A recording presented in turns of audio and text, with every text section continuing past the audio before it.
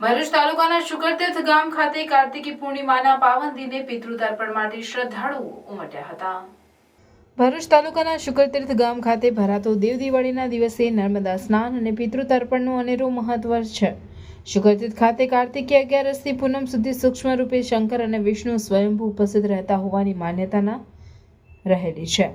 આ તીર્થ ઉપર તીર્થ શ્રાદ્ધ માટેનો કોઈ ઉત્તમ દિવસ હોય તો તે છે કાર્તિકી પૂર્ણિમા। આ તીર્થની તપોવન ભૂમિ ઉપર પિતૃ તર્પણ વિધિ તેમજ અન્ય વિધિ કરવાથી મૃત્યુ પામેલ લોકોને મોક્ષ પ્રાપ્તિ થતી હોવાની પણ માન્યતાઓ રહેલી છે, જેના કારણે આ વર્ષમાં જે લોકોના સ્વજનો મૃત્યુ પામ્યા હોય તેમના પરિવારજનો નર્મદા નદીના ઘાટ ઉપર પિતૃ તર્પણ વિધિ તેમજ તીર્થ શ્રાદ્ધ માટે વહેલી સવારે ઉમટી પડ્યા હતા અને ભૂદેવોના મંત્રોચ્ચાર અને માર્ગદર્શન હેઠળ તર્પણ વિધિ કરાવી હતી।